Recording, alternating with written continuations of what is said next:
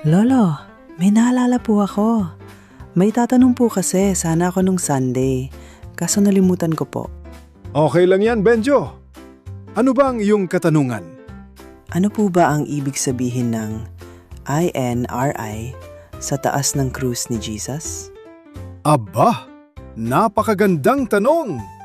Halika rito. Ibabahagi ko sa iyo ang ibig sabihin ng mga letrang yon. Ano ang ibig sabihin ng INRI? Alamin. Dito, sa The Taglish Explainer. Ang topic na ito ay mula kay Rosmarian Reyes, 1:22. Salamat sa suggestion mo and shoutout sa mga taga-Quiapo. Magandang araw sa inyong lahat. Ako si Professor Ipaliwanag ng University of Life at ngayong araw ay ating aalamin ang misteryo at kahulugan ng salitang INRI na makikita sa krus ni Jesus Christ. Unahin muna natin ang ibig sabihin ng mga letrang ito. Hindi po ito initials ng isang tao na nagpa-engrave ng krus. At lalong hindi ito pangalan ng isang band na magpe-perform sa barangay fiesta. Ang INRI ay isang Latin abbreviation. Ibig sabihin nito ay Jesus Nazarenus, Rex Judeorum. Sa Tagalog, ito ay nangangahulugang si Jesus na taga Nazaret, hari ng mga Hudyo. Ngayon, bakit Latin? Noong panahon ng mga Romano, Latin ang opisyal na wika ng pamahalaan. Ang Judea, kung saan ipinanganak at ipinako sa krus si Jesus, ay sakop ng Roman Empire. Kaya ang mga opisyal na anunsyo, kabilang na ang nakalagay sa krus, ay isinulat sa Latin. Ang INRI ay hindi dekorasyon, isa itong legal notice para itong signboard na nagsasabi kung bakit pinarusahan ang isang tao. Noong panahon na yon, kapag may ipinapako sa krus, nilalagyan ng label ang kanyang kasalanan. Kaya sa kaso ni Jesus, ang paratang ay siya raw ay hari ng mga Hudyo. Hindi ito simpleng title. Ito ay isang political threat sa mga Romano. Bakit? Dahil may hari na sila, ang emperor. Kaya kung may ibang nagsasabing siya ay hari, aba, parang may gustong magtayo ng sariling gobyerno. Pero ang nakakatuwa at medyo ironic ay ito. Para sa mga naniniwala, ang akusasyon ay siya ring katotohanan. Hindi siya nagsinungaling.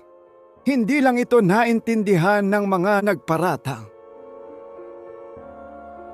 Ngayon, medyo mag-iisip tayo ng konti, mga kaibigan.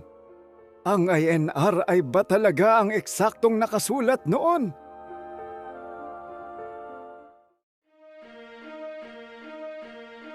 Ayon sa mga ebanghelyo sa Biblia, oo, may nakalagay na sign sa itaas ng krus ni Jesus. Pero may twist, hindi lang ito iisang versyon. Sa Gospel of John, malinaw na sinasabi na ang inscription ay isinulat sa tatlong wika: Hebrew o Aramaic, Greek at Latin. Bakit tatlo? Dahil ito ang tatlong pangunahing wika ng mga tao noon. Parang sinigurado nilang lahat ng makakabasa ay maiintindihan ng mensahe. Sa Latin version, iyon nga ang INRI. Pero sa Greek at Hebrew, iba ang spelling, pero pareho ang kahulugan. Jesus of Nazareth, King of the Jews. Ngayon, may isa pang interesting na detalye. Ang Roman governor na si Pontius Pilate ang nag-utos na ilagay ang inscription. At ayon sa kwento, may mga religious leaders na gustong baguhin ito. Sabi nila, "Huwag mong isulat na hari ng mga Hudyo. Isulat mo na lang na sinabi niyang siya ang hari ng mga Hudyo." Pero matigas si Pilate. Ang sagot niya, "What I have written, I have written." Parang boss na ayaw magpa-edit ng memo. Ibig sabihin, ang INRI ay hindi lamang religious symbol. Ito ay bahagi ng isang historical event na may political tension, may drama, may conflict, at may matinding kahulugan. Dito na tayo sa mas malalim na usapan. Para sa mga Kristiyano, ang INRI ay hindi basta label ng paratang. Isa itong simbolo ng katotohanan, sakripisyo, at pagkakakilanlan ni Jesus. Una, ipinapakita nito kung sino si Jesus. Hindi lang siya isang guro o propeta. Siya ay kinikilalang hari, hindi sa political sense, kundi sa spiritual na kahulugan.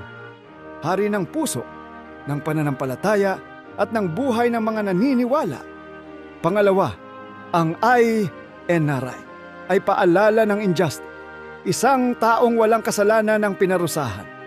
At ang dahilan, isang katotohanang hindi tinanggap ng mga nasa kapangyarihan.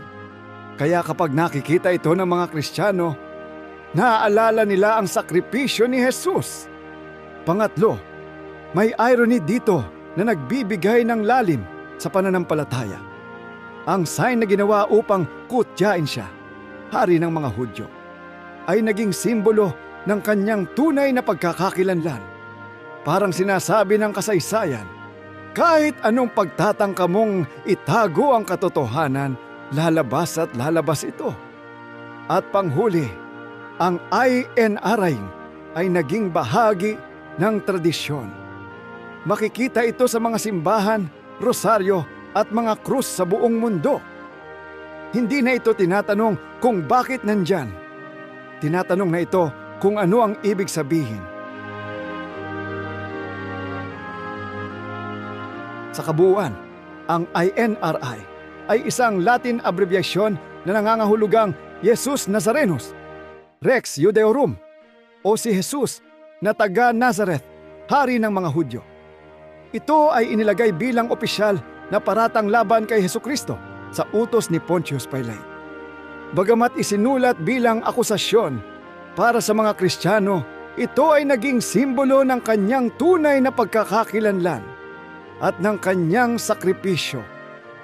Isang paalala na ang katotohanan ay nananatili kahit hindi ito tanggapin ng lahat. Subscribe na para sa Daily Dose of All Things Pinoy videos. Ako si Prof. Ipaliwanag and this is the Taglish Explainer Channel.